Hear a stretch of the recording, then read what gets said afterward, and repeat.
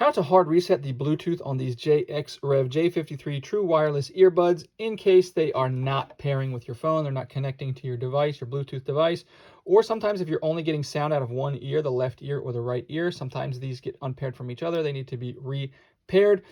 So what we're going to do if this is the case, also if it's connecting to the wrong device, so you can just get it reset to that so that it's pairing to something new. First thing we want to do is we want to just go on any devices that we've had this paired to in the past, and we want to delete it and have it forget these earbuds.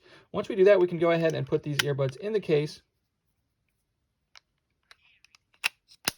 close the case, let them turn off.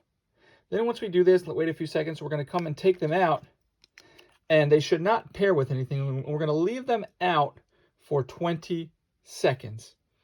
So once they've been out and not paired to anything for 20 seconds, then we can put them back in, close, wait a few seconds, open it back up. They'll go into pairing mode, and you should be able to get them paired to whatever device you're trying to pair them to.